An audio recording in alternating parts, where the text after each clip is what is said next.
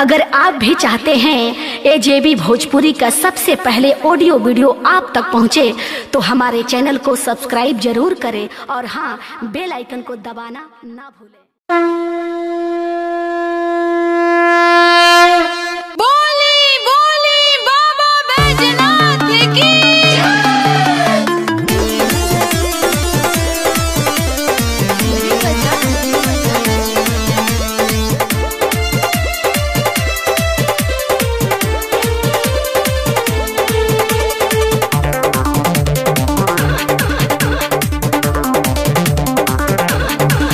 हरदम नासा में चूर तू रहेला सजन मन बाहू भी आइल तोहर देखी रहन।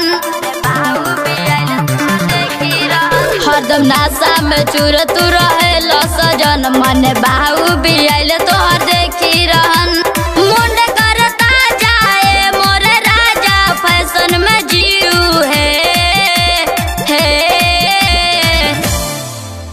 जूस पीहूँ सैया जूस पीहूँ भांगिया जानी पीहूँ है जूस पीहूँ सैया जूस पीहूँ भांगिया जानी पीहूँ है।